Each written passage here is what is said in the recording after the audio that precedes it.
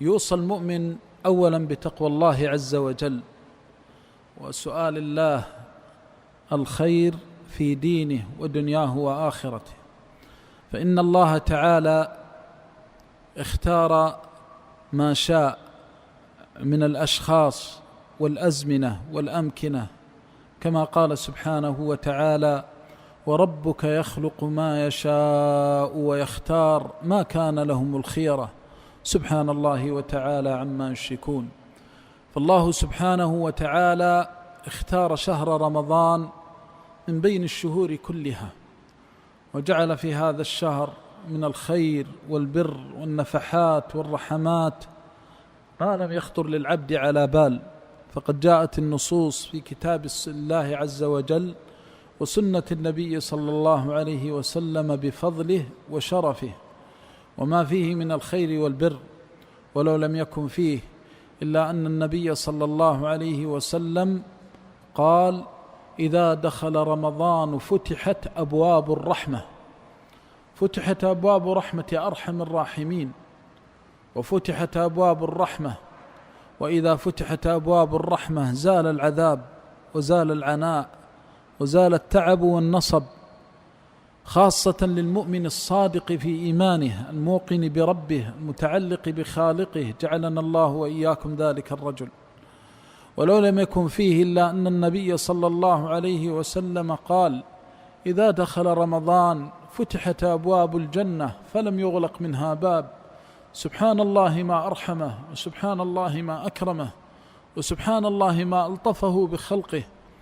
تفتح أبواب الجنة، أبواب الجنة التي أعدها الله لأوليائه لأنبيائه والشهداء والصالحين، تفتح في شهر رمضان فلا يغلق منها باب، وهذا يدل على أن أبواب الجنة تفتح وتغلق، تفتح إذا أذن الله بفتحها، وتغلق إذا أمر الله بغلقها، لكنها في رمضان كما أخبر الصادق المصدوق تفتح فلا يغلق منها باب. وتغلق أبواب النيران، النار، فلا يفتح منها باب، وهذا يدل على عظيم رحمة الله بعباده في هذا الشهر الكريم.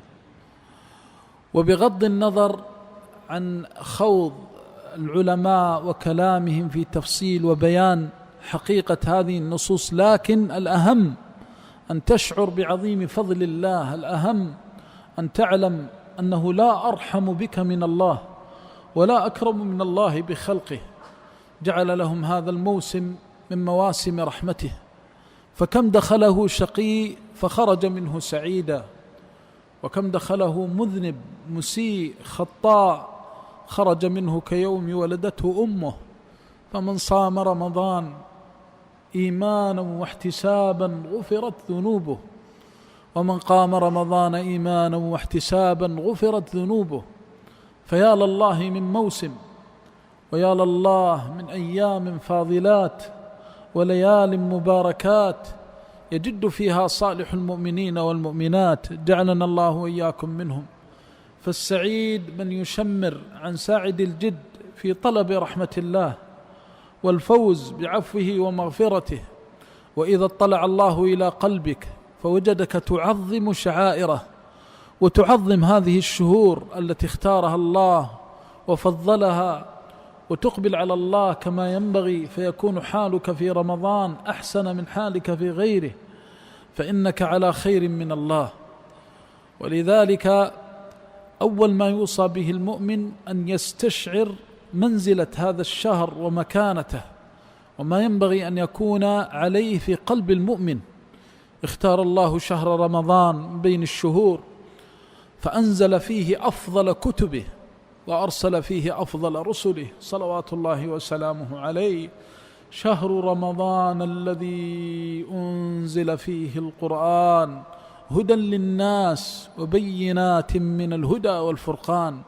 اختار الله هذه الأيام التي تعيشها والساعات التي تقضيها، اختارها لهذا الفضل العظيم، فأنزل فيها أفضل الكتب وأرسل فيها أفضل الرسل، فتحس وكأنك في هذا الشهر في ضيافة أرحم الراحمين وفي ضيافة أكرم الأكرمين وكأن لسان حالك مشفقا على نفسك أن يحول بينك وبين رحمة الله ما يكون من التقصير، وتسأل الله عز وجل أن يجبر لك الكسر وأن يعظم لك الأجر وأن يجعلك ممن صام الشهر واستكمل الأجر وأدرك ليلة القدر.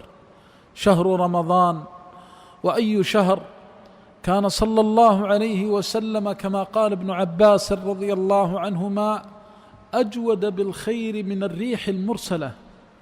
الله أكبر، الريح المرسلة التي جعل الله فيها إنشاء السحاب ويكون فيها من الخير والمطر، وتحمل السحاب الثقال وتسيرها بقدرة الله فيكون فيها من الخير ما الله به عليم.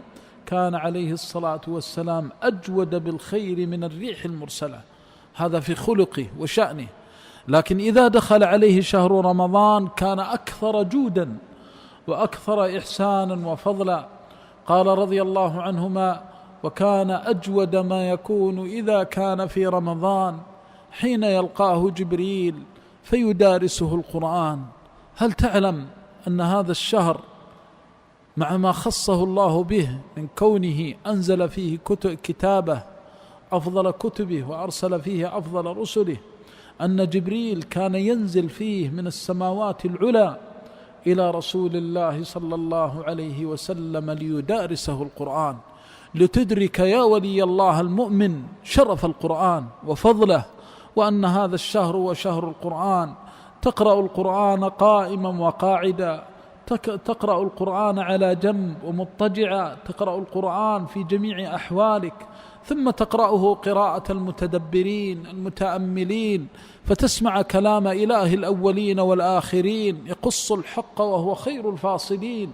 تستمع إلى ربك يأمرك فتقول سمعا وطاعة، وينهاك فتقول سمعا وطاعة. تعرض قلبك على القرآن في هذه الأيام الفاضلات. إذا لم تعرض قلبك على القرآن في رمضان ففي أي الشهور؟ وإذا لم تعرضه وقد غلقت أبواب النار وفتحت أبواب الجنة فمتى يكون العرض؟ تعرض أقوالك وتعرض أعمالك على كتاب الله وكلام الله. لا يكفي أن تقرأ الختمة والختمتين والثلاث وتتنافس مع غيرك في الختمات، فكم من رجل ختم ختمة واحدة فتح الله له بها أبواب الرحمة التي لا يعذب بعدها أبدا. وكم من رجل يختم الختمات لم يتقبل الله منها شيئا، لأنه يهذ القرآن هذا، لأنه يقرأ أن الله ينهاه فلم ينتهي، ويزجره فلا ينزجر، ويأمره فلا يأتمر. هذه الأيام التي تعيشها هي أيام القرآن، وهذا الشهر هو شهر القرآن. فطوبى ثم طوبى لمن أحيا الله قلبه وشرح صدره ويسر أمره وجعله ممن أكثر من ذكره وشكره. كفى عام كامل والإنسان في هذه الدنيا يذهب ويجيء ويصول ويجول، أما يكفي شهر واحد يفرغه لربه ويجعله لكتاب الله وكلام الله، يبكي لوعده ووعيده وتخويفه وتهديده، ويطمع في رحمته وعظيم ما أعد لأوليائه في دار كرامته ودار السلام جنته، جعلنا الله وإياكم من أهلها. فحري بالمؤمن أن يعرف قدر هذه الأيام، لكن الذي أمامنا وهي العشر الأواخر أعظم، والبر فيها أكبر والكرم أكثر.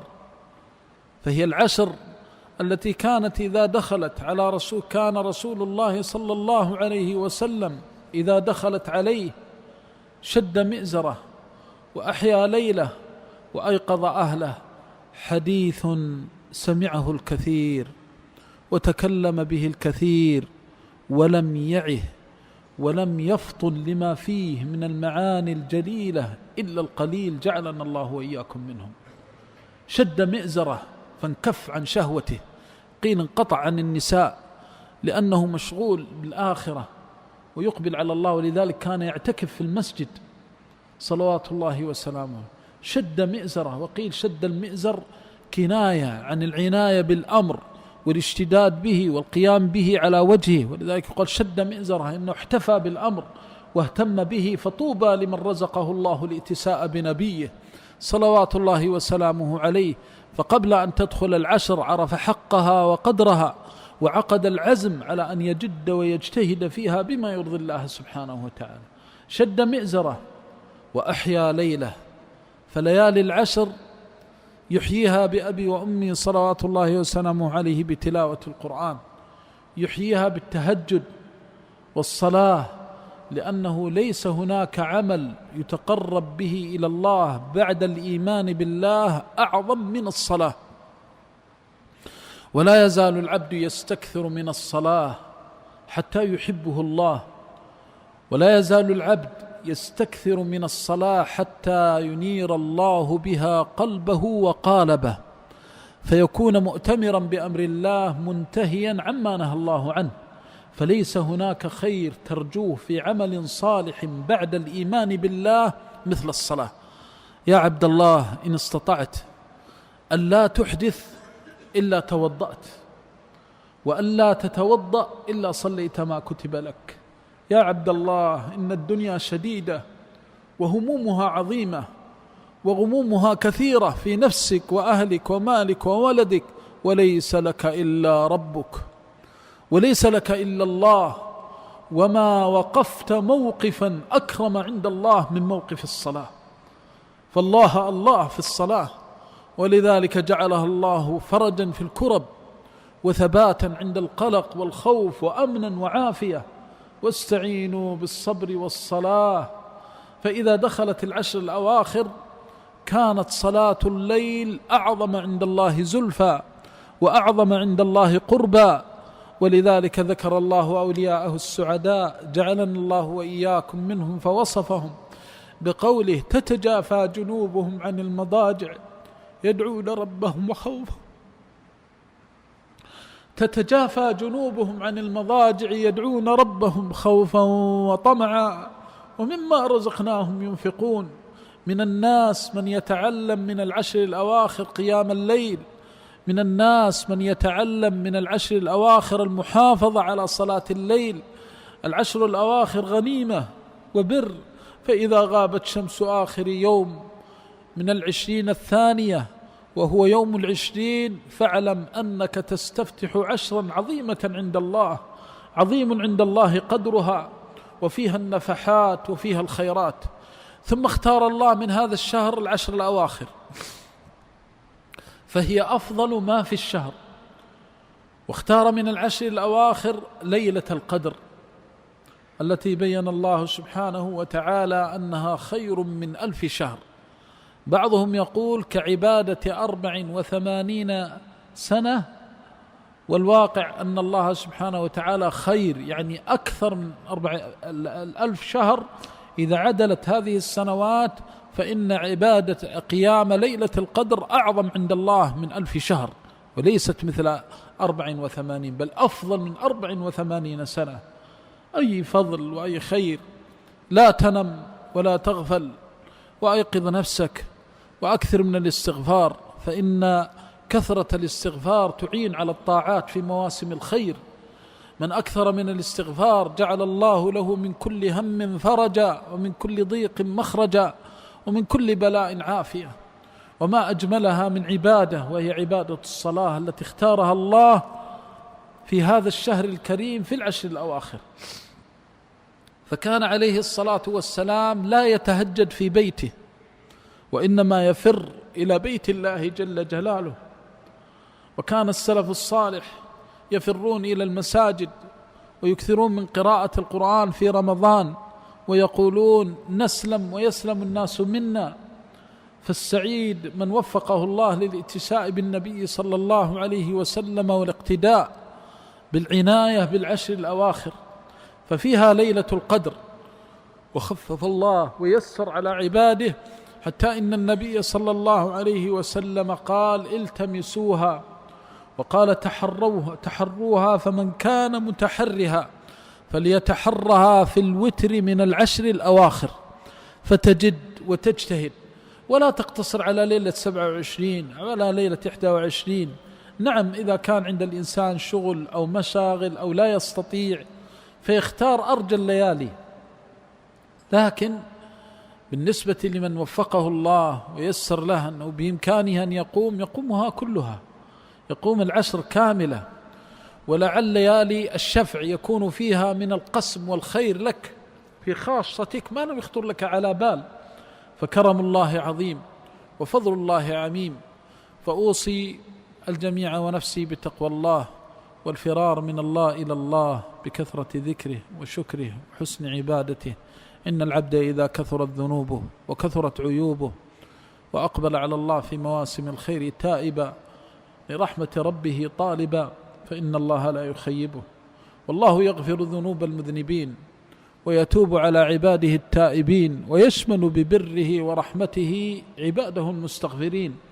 فأكثر من الاستغفار، ومن أفضل ما يكون الاستغفار أن تستغفر لنفسك ولوالديك وللمؤمنين والمؤمنات، فإنك إذا استغفرت لوالديك وترحمت عليهما كان هذا من الوفاء، والله يحب الوفاء. وإذا ترحمت على والديك كان هذا من البر، والبر يهدي إلى الجنة. فأكثر من الاستغفار لك ولوالديك، والاستغفار لعموم المسلمين، لأنك إذا استغفرت لأموات المسلمين وأحيائهم جعل الله لك بكل واحد منهم حسنة، فأنت محسن ومتصدق على إخوانك المسلمين، فتكثر من الاستغفار. والله حجب عذابه وسخطه ونقمته عن عبده المستغفر، فما من عبد يلزم الاستغفار إلا حال الله بينه وبين عقابه وبين عذابه.